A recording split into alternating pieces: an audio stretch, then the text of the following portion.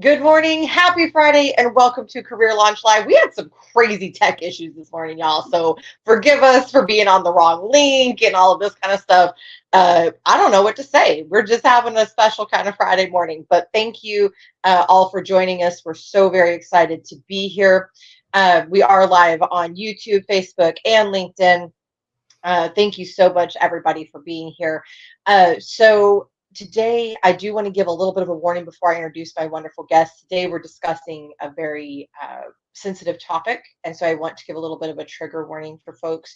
We're going to be discussing trauma. There may be some details given. This is going to be based around workplace trauma. But I did want to give a little bit of a warning. So now that that's out of the way, I want to introduce these two incredible humans that I have with me. Tara, not the HR lady. You know she's one of my faves. I couldn't resist having her back, especially for this conversation. I mean, good grief.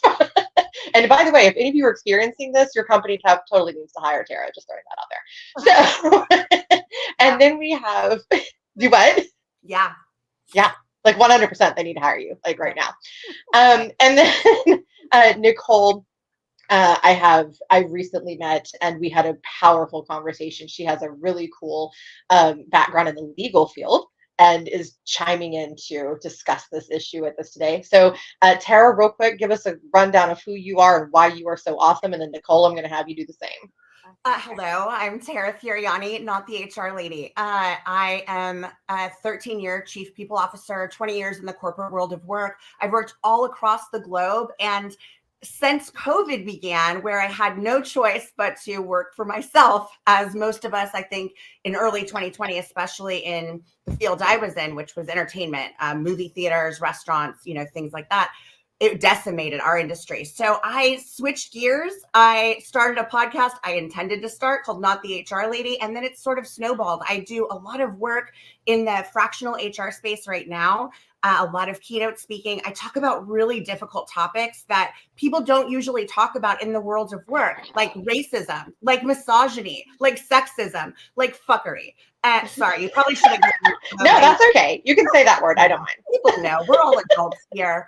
We're all adults here. So I've been helping to dismantle some of the workplace, systemic bullshit that we've all had to deal with, especially all of us as women. Nicole, especially you as a Black woman. There is so much wrong with the world of work that was built for the white patriarchy. And I love to talk all about that sort of thing. Yes, you do. And Tara will keep you laughing, by the way. I want to throw that out there. Like, she'll say all this completely serious shit, and then you just burst into laughter because she's so hysterical.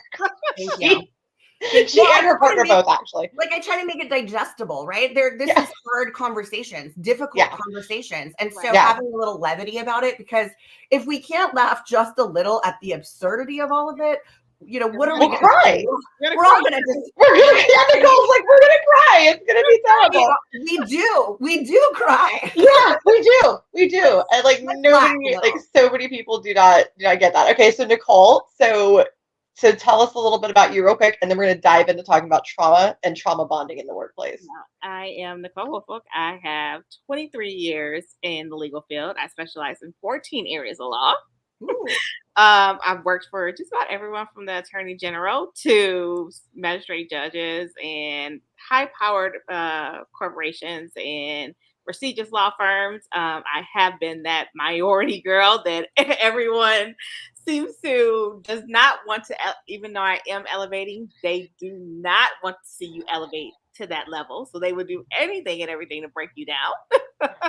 I've experienced a lot. I work with, lots of entertainers and sports people in the sports industry, also patent, trademarks, and copyrights. And She's done it all. I think you're magical, Nicole, is what it is.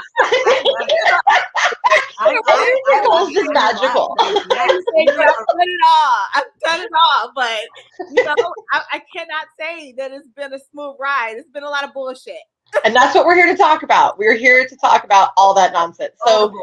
So Trump, and for anybody who doesn't know me, by the way, I am your host, Catherine McCord. I work in people operations. Similar to Tara, I do a lot of consulting. We have a kind of a different style and approach. I do a lot of speaking and teaching on that topic as well.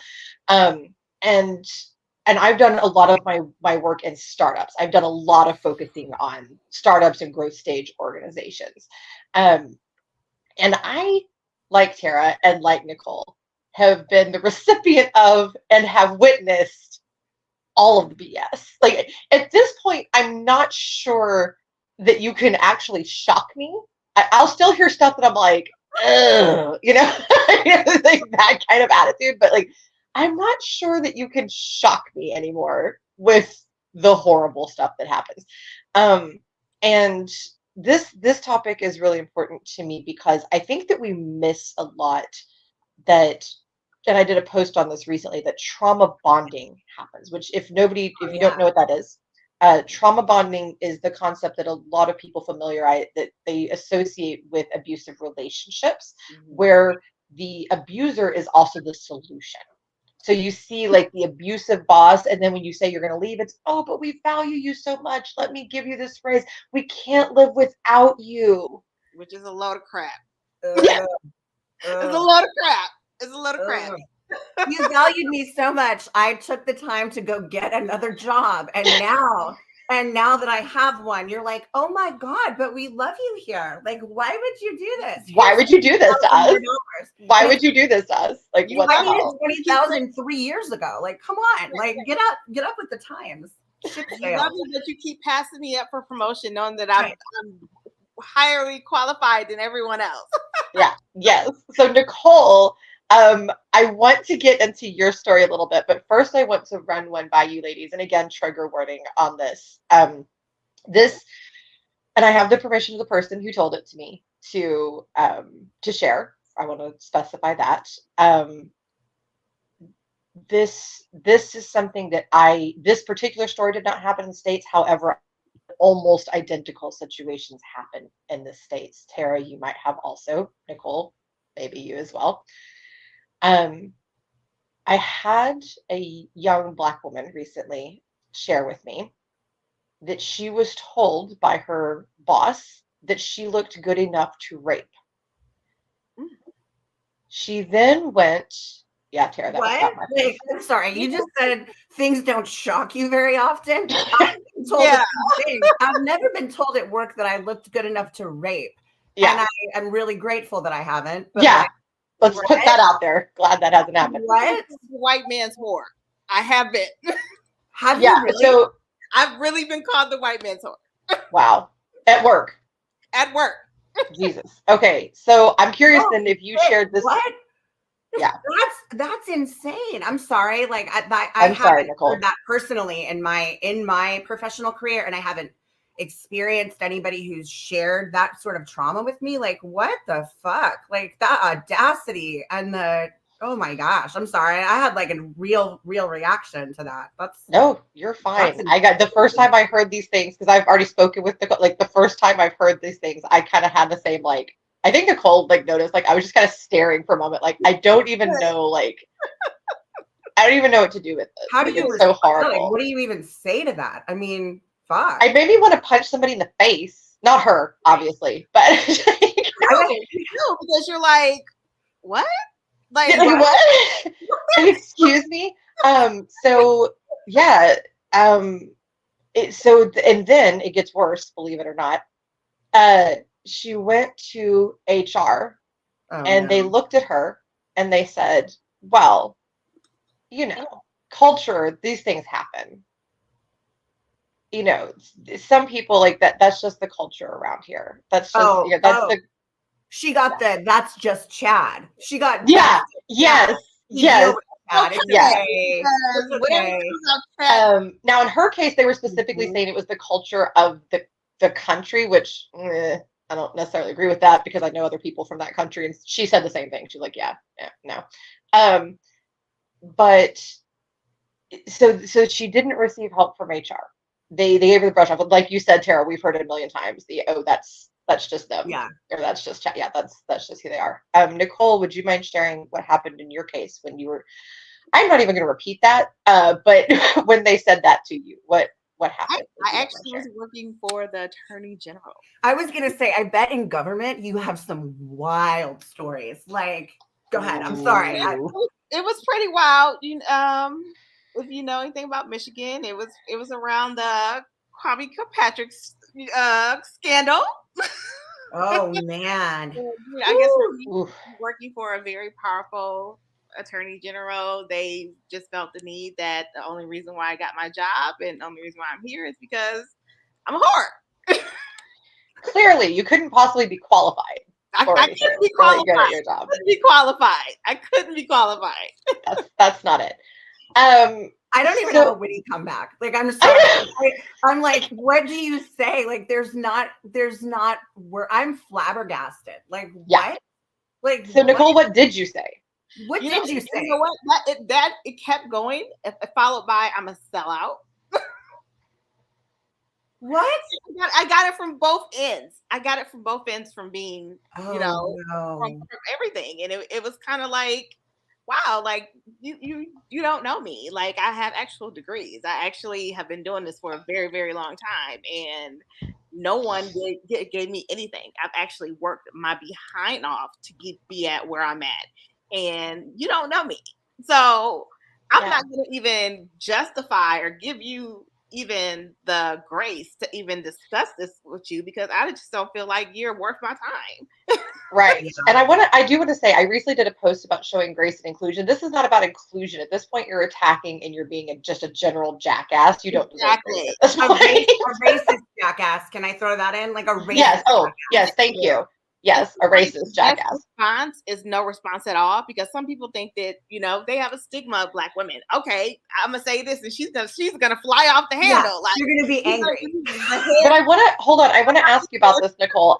I'm so glad that you brought this up because this is something, Tara, you've addressed this on your show, and so I think you're gonna know where I'm going with this. Where that stereotype pisses me off because then I feel like you're limited and you feel like you can't respond in a normal and healthy way or to seek help. And that's just what I'm thinking might be happening. Would you say that that's correct?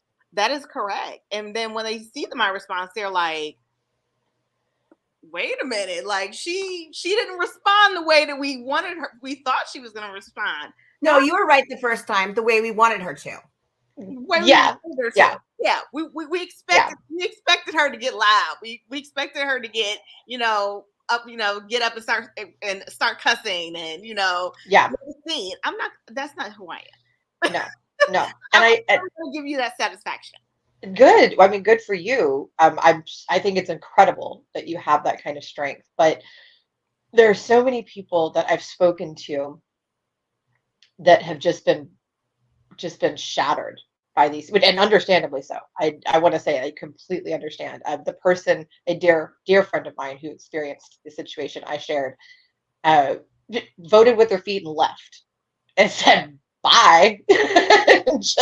just took off. Again, very strong move. I'm very proud of her for that. And it took some time. It wasn't immediate, but like she was like, yeah, I'm not putting up with this. And I want to say too, like this isn't just, and I don't want to say just, but this isn't only happening to women. This isn't only happening to this is happening to everybody. I've spoken to all types of people who have had awful experiences in the work, just horrible abuse, horrible. I spoke to a man who is a wonderful, loving father. Actually, kind of always Justin, Tara's partner, has always kind of reminded me of him, like on the show, like the very similar type people, and was horribly abused for wanting to take care of his children. And they would make fun of him and call him names and all of this. It was horrible.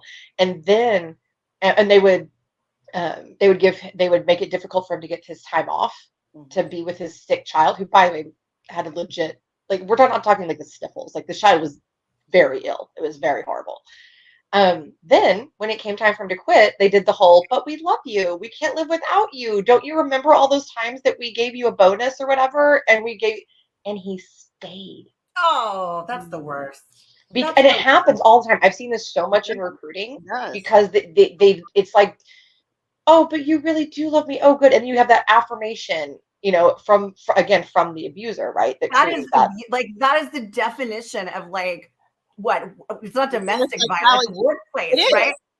It is. Like I did it, and I'm sorry for what I did, and it's never going to happen again. But it's really going to happen again. It's just me, Yeah. just trying to save face. Yeah. Yeah. This is me not trying to not get fired or catch a lawsuit. Yep. That's exactly what it is right there. Or have like a big severance payout to shut you up, having you sign an NDA. Like, yeah. Oh, Nicole knows about that, but I liked your response. Go ahead and share your response since it came up when they offered you the severance and the NDA, which is non-disclosure, by the way.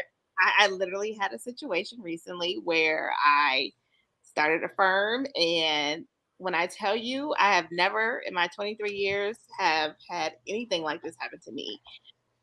My third day, I had a grown man, 60-some years old, jump in my face. Not one time, not 2 times, but 3 times. Got attacked. Cussing me out. Like, you're going to do what I tell you to do. And when I effing tell you to do something, you're going to do it. And I'm sitting here like, what is going on here? Then he jumps up out his chair and continues to go into like this full rant, walks around, in front of everyone and just keeps going. And so everyone's looking like, oh, well, this is normal. This happens. This is what happens. So like Bob's over here checking his email because he's used to it. He's used to it. He's like, well, this is a Tuesday. No big deal. When I go to the higher ups and I say, hey, this is what happened to me. This bothered me. This is a trigger point for me. When it comes to stuff like this, I don't understand. I don't know if you, and I really said this. I said, I don't know if you've ever been into a domestic violence relationship, but if you have, and if you are a victim of domestic violence, when someone violates your space like that and is very hostile and very aggressive and is directly in your face in a threatening manner, what that does to you and how that sets you back as a victim. And they didn't understand that. And so they were just like, oh, what we're going to do is he's not allowed to come back into the office. I'm sorry. I love that I love that they rewarded him with remote work. Right? So the reward is he gets to work home for remote, like for 100%. Like, okay, I didn't think that was you didn't address the issue. And so, the CEO didn't even address the issue. She was just like, I'm sorry that happened. I just didn't want you to know that. Did you say she? That hurts my heart. Yeah. She's like, I just want you to know that this is not how we act. Boo to that one. It was bad. And so she even gave me a hug. That's what made it even worse. And see, then the HR, so first of all, the psychological trauma of that and just the sickness of I'm going to side with with the person who just abused you very aggressively at work. And then I'm going to hug you. Just the personal side of that's disgusting. And the psychological side of that. But then Tara, as an HR person, I'm over here like, why are you hugging your staff? Why are you touching them? Especially when they've been in a confrontational situation with somebody. Like offering additional, love is like not necessary. We don't like your brand of love that you're sharing. I'm not this. That's insane. That is not okay. And then continue to make excuses. They were like, well, his father just died. And I'm like, okay. That is not an excuse to abuse somebody. Help me understand how that translates to this. I'm like, I'm sorry. I just had 4 family members die, but I know how to check my personal life and my business life in when I walk in that door. I'm not. That's right. And here's the thing. Like I preach all the time that you cannot take off part of yourself, right? So if something trauma's happened in your life anywhere, or something sad, or something made you angry, whatever, it's going to come with you to work. But if you cannot control yourself, then your obligation is to not go into work. Exactly. Like if you're in that stage, like I once had the horrible situation of a staff member losing a child. Ooh. And I was like, no, you just, whatever, you go over here and you deal with that, because you can't function. I'm like, I get that you can't function right now, because it was not good. And the same kind of thing with a trauma at work too, right? Like, why were you expected to just be okay? Right. Like, why was his trauma and a reason for his behavior, but then they couldn't give grace to your trauma and say, okay, let's actually deal with this. Exactly. Let's do something about it. And the thing about it was is that to come to find out, I wasn't the first person that he did it to. So, Never. You never are. It's never the first time. And you're not the last either. And that's horrifying. No. And instead of like doing something about it, I now became the problem. Yeah. I became the person who was like, look, I'm not putting up with this. I have no problems pressing charges. Good for you. Good for you. I have no problem doing that. And so that led to, okay, we need you to sign this agreement to not, if you don't tell what happened here in your experience at this firm, we're willing to give you, 3 months pay. We're willing to give you, all your health benefits. I love what a sad number they started with too. Like, here's 3 months. Do you know what I could get if I sue you? Try again. Right. Try again. At least give me a good offer. Give me a good offer. Give me a good offer. Like seriously, I'm not saying like you should take it, but like at least start with a better offer than that, folks. Like don't be cheap. That because I looked at that offer and I dropped the paper on the table and walked out the door. As you should. I mean, that's mind blowing, and it's disappointing to hear that the woman CEO didn't have your back. Further exacerbated the whole issue by giving you some bullshit 3 months and a hug. Like the hug is the icing. I'm like no. The hug is it. It's everything. It's like why? Okay. So I can't with these people. I quit. Oh. I quit with them. Like boo to them. A while back I was on a podcast and it was actually a health related podcast, and we got really goofy as I want to do, and we invented this app called the Poopometer, where you rate your interactions with humans on a scale of poop emoji. So it's like rainbow glittery happy poop all the way down to like splatted black gross sticky poop. And I feel like these people are on the black sticky poop side of the people. I just want to put that out there. They suck. Yes. And they stick around. That like the sticky poop part is the perfect analogy because they're the ones that never get fired, that never leave, that are always there being always there. It's always. So we've talked about some of the bullshit that happens. Fathers that are being abused for being good fathers, women who are having all kinds of horrible tragedy. I've even just seen, just abusive bosses that just do the like, saying awful, terrible things to you. I don't want to say just, sorry, that will do the say terrible, awful things to you and then praise you and then say terrible, awful things and then praise you. Mm-hmm. And it's this sick cycle. And they give you just enough like raises or bonus to keep you there. But then the abuse just keeps happening. Yep. Public shamings, all of this. So when we have this kind of trauma, we have to figure out, first of all, how to heal as humans, as individuals. And second of all, how to cure the disease at work. And there, I'm going to hit you up for that. So, Nicole, I want to start with you. Give us just a couple of the things that you did to sort of, because you were in like the healthiest mind space about all this, which is incredible. Can you tell us a little bit about what you did to help yourself heal through some of these circumstances? To help myself heal, for me, I reevaluate the situation. I always reevaluate the situation, and if it's something that I did wrong, I always make sure I take accountability for my actions, and I try to see if I played a part in it. And that's a normal thing, a role that most people who are victims of domestic violence, they kind of like blame themselves. So then I got out that funk and I said, you know what? I didn't do anything wrong. This is not just one firm that I've experienced stuff at. Mm-hmm. This is a cycle where people think that it is okay to treat you any way that they feel like wanting to treat you. And it's up to me to decide whether or not I'm going to continue to let them run all over me, or I'm going to walk away and say, look, I'm not doing this anymore. Because at the end of the day, we play that part. We play that role. No one can do something to you that you do not let them do. So I decided I'm not going to let you abuse me. I'm not going to let you use me. I'm not about to let you use me as your punching bag. I would rather walk away from this the firm, the money, and the field just for my peace of mind. And if I get that, then I know that I'm for me as a person and as a woman, I'm doing the right thing. Right. And I feel like I hear a lot of giving yourself grace too. Like you let yourself feel those feelings and kind Yeah. of work through them a little bit.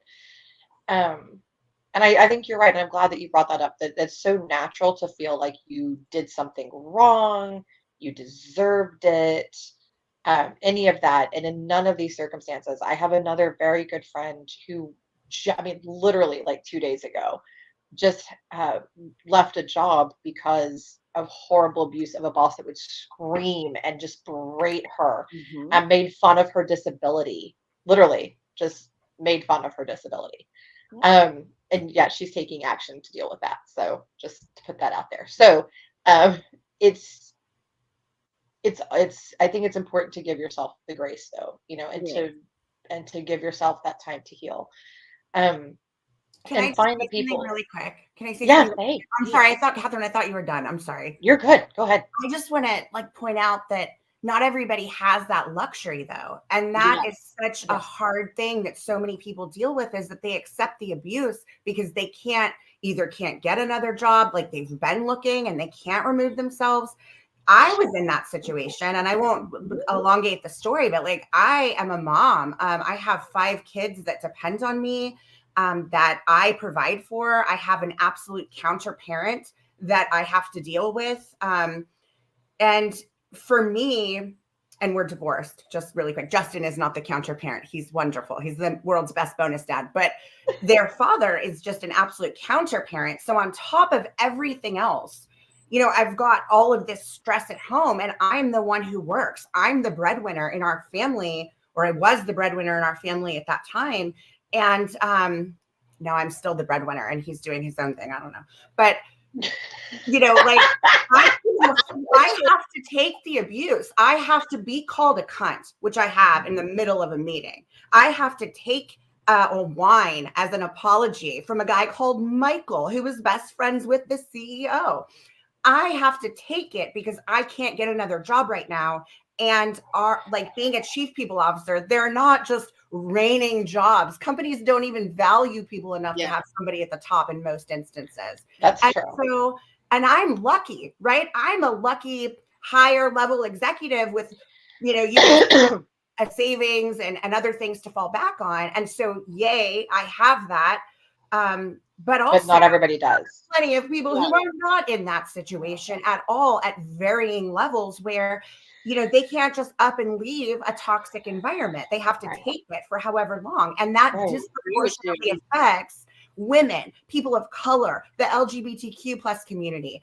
It disproportionately affects those of us in those groups, or intersectionally in those groups. And if you are in a community, and there are a few of them, if you are in a community where it takes you a couple of years to get a job, and I'm just going to use as an example, like people with visible disabilities. And that's just one example. It's even more scary because now it's like, oh God, like if I leave, it's going to literally be like 2 years before I get another job. And it's awful. So while you're in those circumstances, please, there are resources out there for free mental health help. There are people like us out there that'll talk you through it, that will walk you through it, help you set up protections for yourself, help you safeguard yourself. Please reach out. Please. We are here for you. We are here because we love you. Like that's why Tara and I do these talks. So that's why Nicole is on here with us, because we all love you and we all want to help you. No matter what you're going through. So yes, thank you, Tara. That's not exactly chat. We don't love chat. We don't love chat. We don't love the bad guy. We will kick him. And Tara and I, you know what? Tara and I are the kind, we'll fly to your state and hoof them, just right in the crotch, and with no explanation at all, and then just walk right back off. Yeah, it'll be great. And we are not violent, Catherine. No, we're not. I'm not. Okay. We will verbally do that. We will verbally do those things. And just to touch bases on what you said, I've totally been there. I'm a single mother. I have one son. He is 24, getting ready to graduate from college. Congratulations. I've been the sole provider of my son his entire life. So you're 1000% absolutely right. When it comes to, I had to take those punches Mm-hmm. as much as as much as I didn't want to, as much as it broke me down. I had to take those white man's whores. I had to take those, those house N words. I had to take Ooh, everything ooh. that was thrown at me. I had to take it because I needed to provide for my son. I needed to provide for my household. You Right. being that breadwinner, you're being that person. I had to take it. But then you come as you get older, and you're like, how much more do I have to take and I have to endure before it's too much? Yeah. Yeah. Yeah. You shouldn't have to 100%. take any of it, Nicole. This should Right. not be a thing in No. the world of work. And it's sad, but if you look at, and I know I'm preaching to both of the choirs here on all the things, but like my parents were married before segregation, like before Black and white people could marry each other. They got married before then. Like in certain states, their marriage was still outlawed in my parents' lifetime. So to think that like racism and misogyny and sexism like doesn't exist in the court, it just doesn't exist in work. It's everywhere else. Like nobody can marry somebody they love because they have a different skin color, but it doesn't exist in work. It absolutely exists in these spaces. And I say that to say that we haven't been out of American fuckery for more than what? About 40 years, like when women got the ability to like, have jobs, go to college. I mean, like when a Black person and a white person could marry each other is in the 60s. Like, Yeah. it's insane nuts.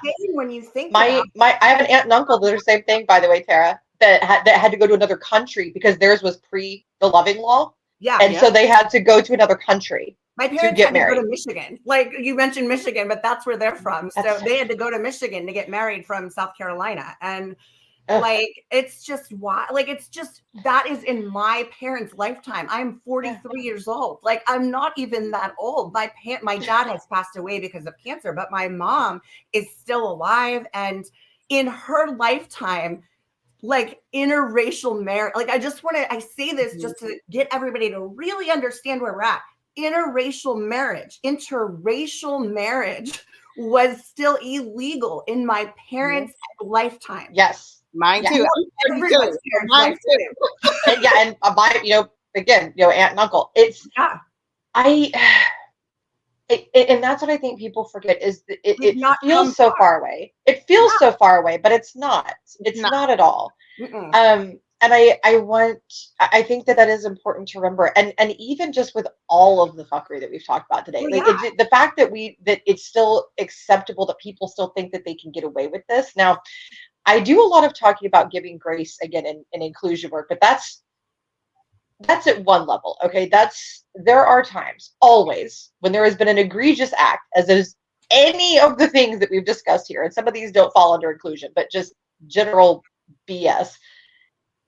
Whenever there's been an egregious act, I have one answer to that solution, and that is fire them.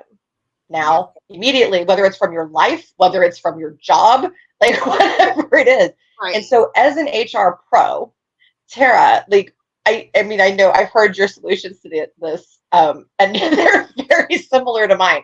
But when you hear of something like this, like let's take Nicole's very specific example of the guy who came and like was attacking at her and all of this. And then you have the CEO who handled things very terribly, let's just say. As the HR human or CPO, what should the response have been? The actual proper, like not what we want to say to them, but like the actual proper HR friendly response. I got you. I'll put on my real Tara hat, not the HR lady. I want to first start by saying that we talked about, really quick before I answer your question, we talked about interracial marriage being in the 60s. And if you don't have a lived experience with interracial couples, and some of the audience might not, let me give you just one quick other fact, because you mentioned, and we've talked a little bit about like taking time off to care for a child or FMLA leave and whatever. I just want to let you know that actually wasn't passed until 1993. So before 1993, there was no federal like protection for your job. There was no FMLA. So if you had a baby, they could fire you. That is totally fine. If you are sick with cancer, if it's 92, you can get fired. So if the 60s don't hit hard enough, let's talk about the 90s. Like the 90s are when we got protection for being sick, for our families being sick, for having babies, etc. That's when we got protection for those things. Sorry, I just wanted to point that out. No, it's okay. As a professional in HR, I would absolutely coach the CEO to immediately do an investigation on this individual. And obviously the results seem like they would turn out to be something with merit. And then I would immediately terminate that individual without severance, because you are somebody who did not come to work that day prepared to be a good, decent human being. And if your company values decency and goodness and, just being a person, like living amongst other people, you shouldn't tolerate that. And you should demonstrate to everybody else how intolerable it is. And Nicole said it was in the middle and in front of everybody. Like then, the firing should have also been something that's not in front of everybody, because I would never want to. But still public. Yeah, that's too public. But to let, he's no longer with us and he's not going to explore. We wish him well. None of this, none of those fluffy emails that talk about wishing him well in his future endeavors. Unfortunately, Chad is no longer with us. We don't like Chad. That's it, right? And all direct things are here. And then I would see what Nicole, all this time, because hopefully there's, a couple people working through this, and there should be for an investigation. What does Nicole need? Because Nicole has now been traumatized at work, in front of her peers, in front of her colleagues, in front of the other senior leaders, and everybody's going to look at her, especially if Chad has always been a guy who's done that and around the company and plays golf with whomever. That's going to be an issue for her as well. What resources can we give her from a mental health perspective? From her just own comfortability. I would really want to make sure that Nicole was good. She should be the priority. She is the victim. And far too often, organizations take the side of the abuser because it's just easier. They're loud. They're somebody usually who feels like they're untouchable. All of mine have been that way. All of mine have been people who felt like they were untouchable. And the truth is that in my specific instances, they were, nothing happened to them. There was no, regard for what they did. It was just, that's who this person is. And the solution in one of those instances was literally an apology from my boss, who is the best friend of the guy, and a bottle of wine, not even a good bottle of wine, like a Turley Zinfandel or something. Like, it wasn't good. It was like a $30 bottle. Like, scream for the if you're really sorry, grab a Screaming Eagle. Get me a wine. Get me a wine if you're going to get. Like we said, up the offer. Like, at least up the offer. At the very least, you jerk. Yeah. Your olive branch should not, just be like, sorry, Nicole. We'll get them next time. Yeah. No. And I'm tired of this, like, mug. Take our company's flag. Here's some. Send them that. I feel like do this. It was really funny because one of the attorneys, who was a good friend of his, she actually said to me, she said, well, I got into a big fight with him a week ago, and then I called him and asked him if we were still best friends. And I just looked at her and I said, excuse me. I said, I'm pretty sure he did not jump in your face, because as a white woman, if this black man would have jumped in your face, he would be fired right now. So please. Oh, okay. Hold on. I have a question. So he was a black man. Yes. Okay. I wonder, and I don't excuse it. This doesn't change any of what I just said. I just wonder if, like, and I'm just pondering, not trying to make an excuse of it. I wonder if, because you're a black woman, he felt emboldened, to be able to talk to you in any way that he wants to, because you would get it. I've seen that. He thought that he had it worse than everyone else. Well, I'm a black man, I'm gay, and I work in the field. You don't have it any more worse than what you do. And that doesn't excuse your behavior. That part. Wait. That's the part. It does not excuse the behavior. No. Period. And I wanna also hit on that, because there is no oh, I had a bad day. Oh, my so and so died. None of that. There is none of that. And there is never an excuse to abuse another human. Now, if you're angry about some nonsense that's happened at your job, like some of the stuff we're talking about now, and you get rowdy about being angry about that, okay, I can still don't attack people, but I see where you're going. But there is no excuse to just outright abuse somebody, and especially in a working situation that is to verbally abuse them like that. Absolutely not. So said nothing. So I'm literally sitting here like, what is wrong with this guy? Like, why are you going? You just went from one to like some people, but that's how they get it out. And I have a saying, and I firmly believe this: jerks are jerks because they're allowed to be. So as an employer, you have, and even as an individual, you have to shut them down. Now, you were at work, so you were kind of limited, like, resources on that one if you don't want to just immediately lose your job. But for the employer, their job was to shut that mess down. Exactly. Immediately. I've had some situations where I've had to terminate basically physically on the spot for things like that. And it's just not acceptable. So as we're wrapping up the show, the things that I want to hit on is these things happen. They happen very commonly. I get messaged multiple times a week, Tara. I'm sure you still do too. About all of this kind of stuff. This kind of stuff is common. It is not rare. There are protections. There are resources for you. If you would like them, reach out to us. You can also reach out to the EEOC folks, the ADA folks. FMLA has some resources on their sites as to how you can get help if somebody is behaving this way. Mental health resources. Document everything and save it. Names. Yes. Who was around? People always don't remember who was around. Who was there as well? Who could be called upon in an investigation? Yes. Take notes. Take notes heavily. Yes. BCC your private email on everything. Everything. Take notes. Take them home. Yes. Take notes and take them home, because that way you have them no matter what. Yep. Or put them in your phone, whatever it is you need to do. Record conversations. Hit your phone into the meetings. Hit record. And here's the thing, though.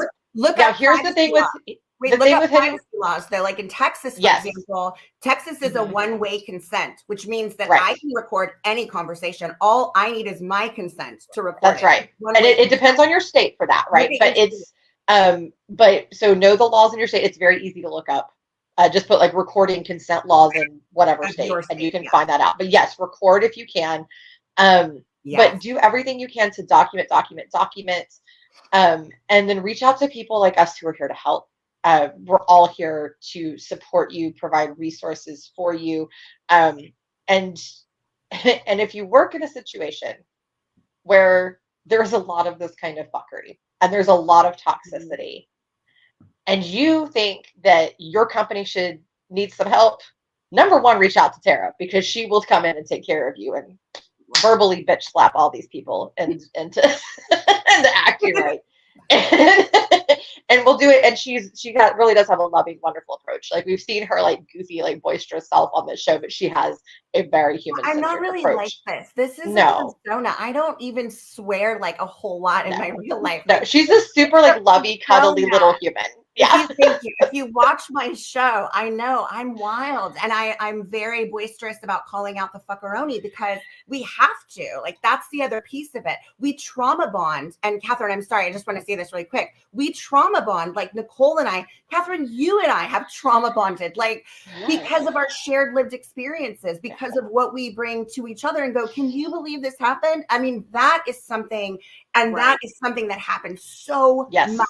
And the more we talk about and normalize how fucking ridiculous and intolerable and insufferable this should be at work, the less people are likely to continue to do it, because they don't want to be put on blast. They don't want to be written up in the Wall Street Journal for their shit behavior.